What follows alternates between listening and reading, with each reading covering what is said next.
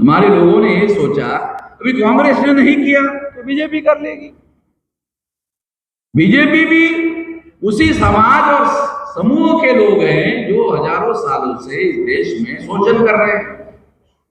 वो लोग तो हमारी समस्याओं का समाधान नहीं करेंगे, वो तो समस्याओं का निर्माण करने वाले लोग हैं। जो हम लोगों की समस्याएं हैं देश में, उन्होंने तो निर्माण की हुई है, वो समस्याओं का समाधान करने वाले नहीं है। तो मगर हमारे लोग जो है वो अब कहते कांग्रेस ने नहीं किया तो बीजेपी करेंगे। तो इसमें एक कमी हमारे समाज के पढ़े लिखे लोगों की है। वो क्या है? क्या हम पढ़े लिखे लोगों ने समाज के सामने कोई विकल्प खड़ा करके दिए?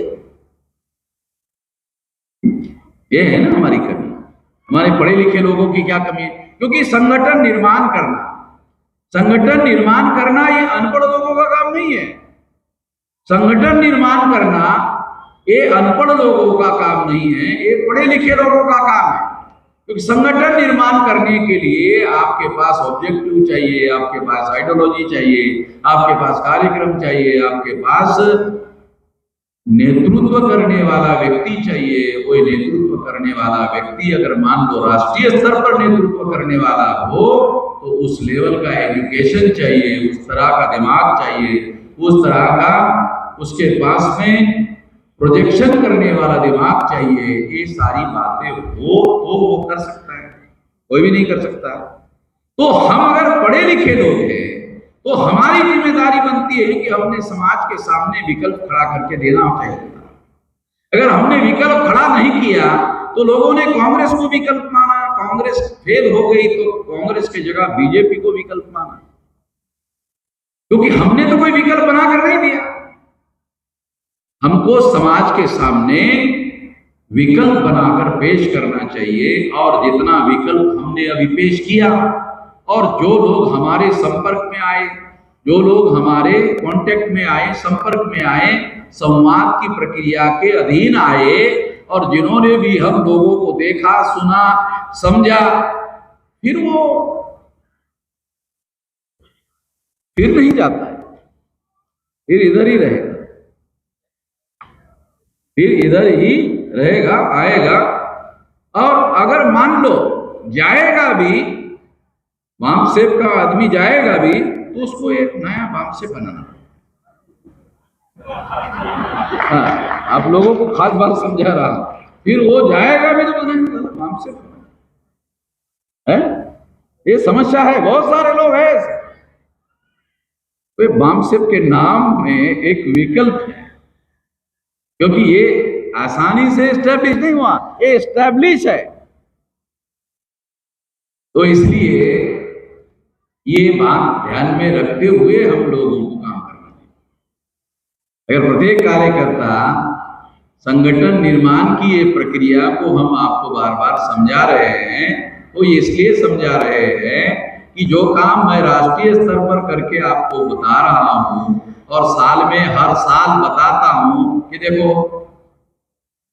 ज्यादा नहीं तो इंच पर बढ़ गया, ज्यादा नहीं इंच पर बढ़ गया, यानी पीछे नहीं है, इंच पर बढ़ गया। तोड़ने की कोशिश करने वाले लोग तमाम होने के बावजूद भी हम आगे ही बढ़ रहे, पीछे नहीं जा रहे। तो ये अगर मैं लोगों को विश्लेषण करके समझाऊं कि हम बढ़ गए, लोग मानते नहीं है। तो हमारे लोग बहुत होशियार लोग हैं, मानते नहीं है। वो जब आंखों से देखते हैं तो seeing is a believe.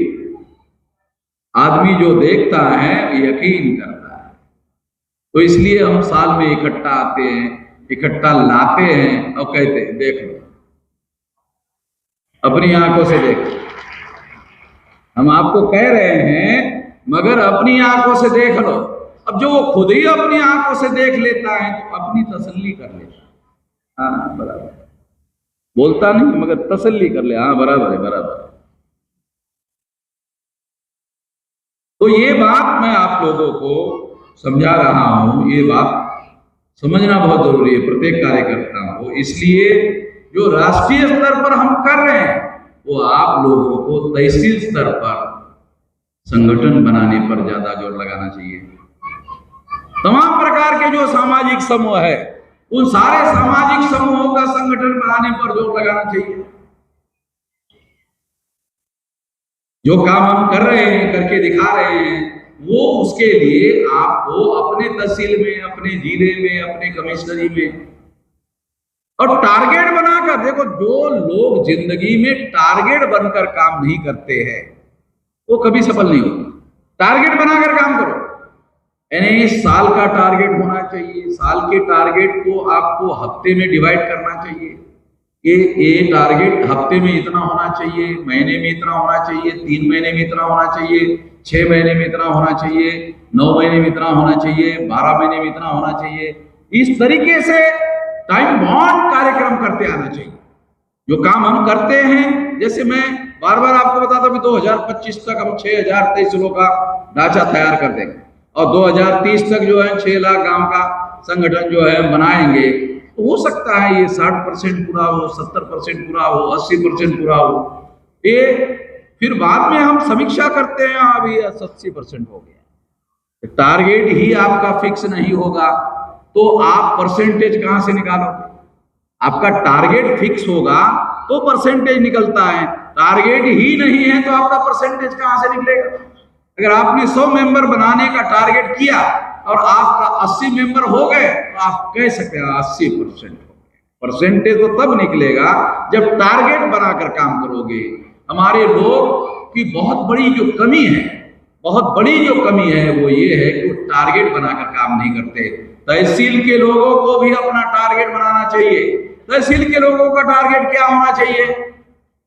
Block में संगठन बनाएंगे, ग्राम पंचायत में संगठन बनाएंगे, गांव में संगठन बनाएंगे। ये टारगेट हो गया भौगोलिक नेटवर्किंग। जैसे मैं सारे देश भर में संगठन बढ़ाकर दिखा रहा हूं, तो आपको अपने तहसील में संगठन बढ़ाकर दिखाना चाहिए कि ब्लॉक में बनाएंगे, ब्लॉक के बाद नीचे ग्राम पंचायत में बनाएंगे, ग्राम पंचायत के नीचे ग्राम में बनाएंगे, और फिर सोशल नेटवर्किंग में जो हमारे प्रदेश में जातियां है, हमारे जिले में जातियां है, हमारे तहसील में जो जातियां है, उसमें शेड्यूल कास्ट की कौन सी जातियां है, मोस्ट बैकवर्ड शेड्यूल कास्ट की कौन सी जातियां है, एक्सट्रीम बैकवर्ड शेड्यूल कास्ट की कौन सी जातियां है, शेड्यूल ट्राइब की कौन सी जातियां है, नॉमिडिक ट्राइब की कौन सी जातियां है, ओबीसी की कौन सी जातियां है, एमबीसी की कौन सी जातियां है, यह होनी चाहिए। जब ऐसा होगा तब जाकर के एक काम आप लोग कर रहे हो ऐसा माना जाएगा। केवल आपको राष्ट्रीय अधिवेशन आने के दौरान आपको फंड कलेक्ट करने के लिए दिया गया, आपने फंड कलेक्ट किया, ये काम दूसरे तीसरे नंबर का काम है। पहले नंबर का काम जो हमारे कार्यकर्ताओं का है वो है विचारधारा का प्रचार प्रसार करना।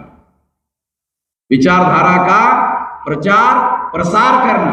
प्रचार करने का क्या अर्थ है? एक बात बार बार कहने का मतलब है प्रचार करना। प्रसार करने का मतलब क्या है? अपने लोकेलिटी से बाहर जाकर विचार का प्रचार करना, तो प्रसार करना। शब्दों के अर्थ है, उस हिसाब से काम करना होगा। तो इससे क्या होगा?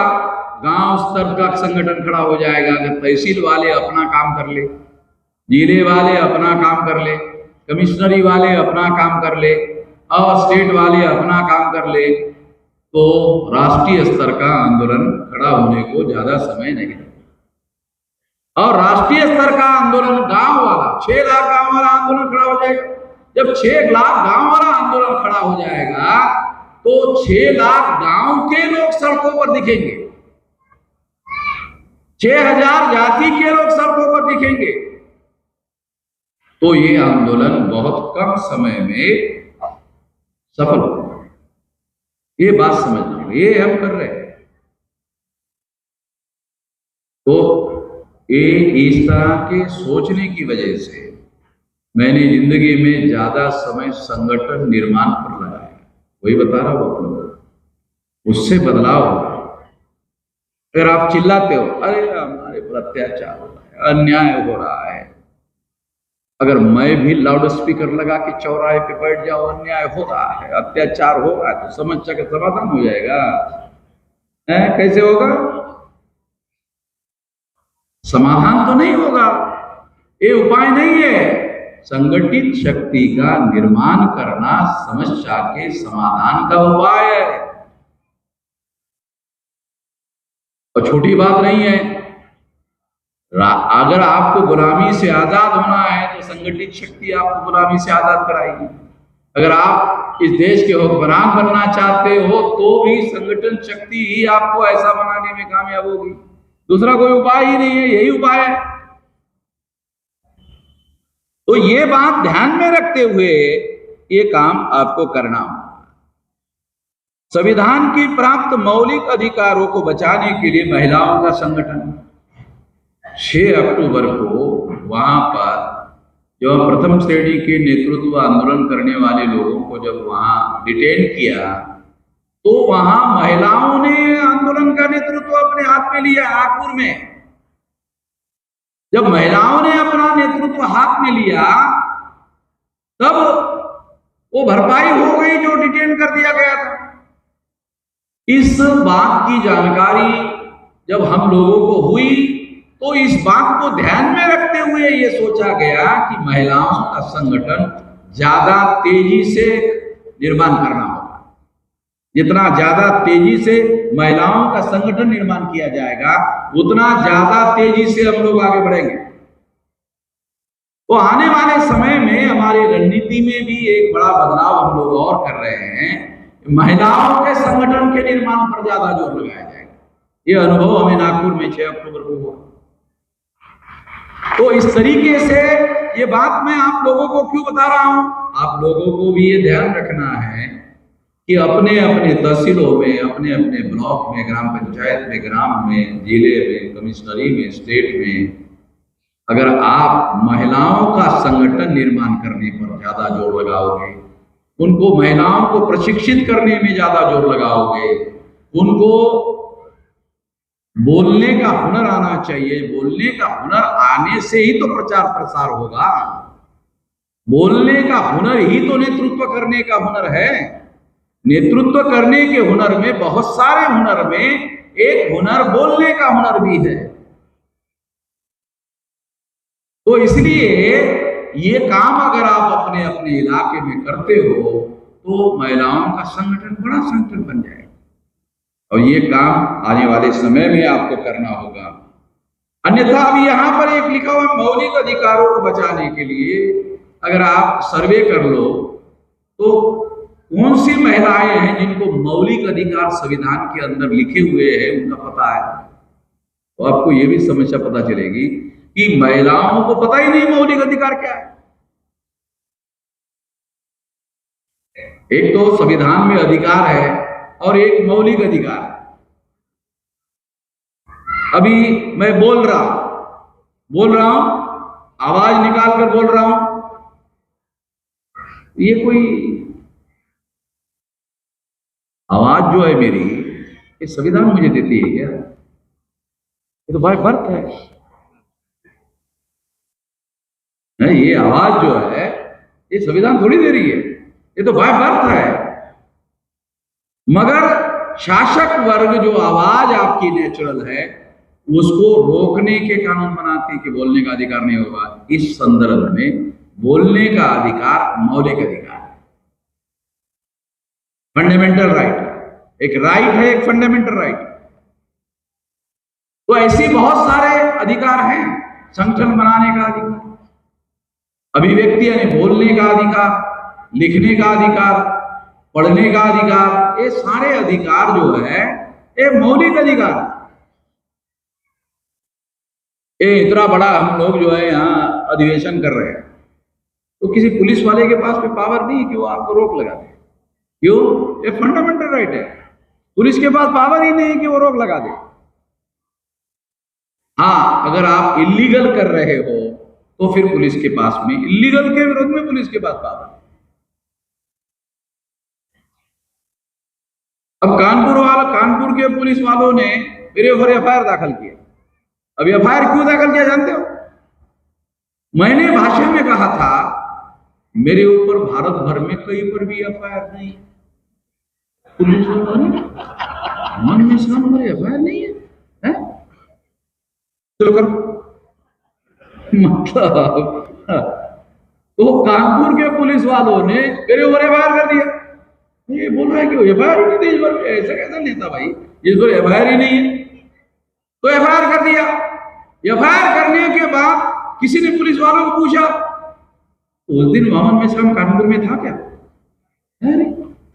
नहीं था क्या? पुलिस वाले पूछ रहे नहीं था क्या? नहीं, हमें पता नहीं, मगर आपने एफआईआर किया तो आपको पता होना चाहिए वामन मेश्राम कानपुर में उस दिन था क्या? नहीं, कार्यक्रम था तो जरूर रहा होगा तो अनुमान है, कंफर्मेशन कहाँ है? मैं तो लखनऊ में था। मैं वहां से जानकारी ले रहा था, तो इसलिए वहां मैं था ही नहीं। तो वो पुलिस वाले जो है एफआईआर उनका ऐसे हवा में उड़ गया और इलाहाबाद हाई कोर्ट में पुलिस वालों के खिलाफ भी केस हो गया। अब पुलिस वाले जवाब नहीं दे पा रहे, उनको वहां पूछा गया इस बात का सबूत पेश करो कि वामन मेश्राम उस दिन कानपुर में था। अब है नहीं सबूत तो ऐसे हवा में उड़ जाएगा एफआईआर। झूठा एफआईआर दाखिल किया, ये केस और पुलिस वाले पर हो जाएगी। मैं आप लोगों को जो बताना चाहता हूं वो ये है कि हमारे पास मौलिक अधिकार जो है, फंडामेंटल राइट है, और फंडामेंटल राइट जो है, एक राइट और फंडामेंटल राइट, ये महत्वपूर्ण है। और इसको बचाने के लिए महिलाओं का बड़ा राष्ट्रीय स्तर का संगठन होना चाहिए।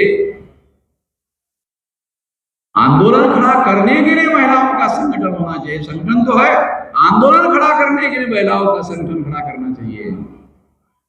तो मैं ऐसा मानता हूं कि इस दिशा में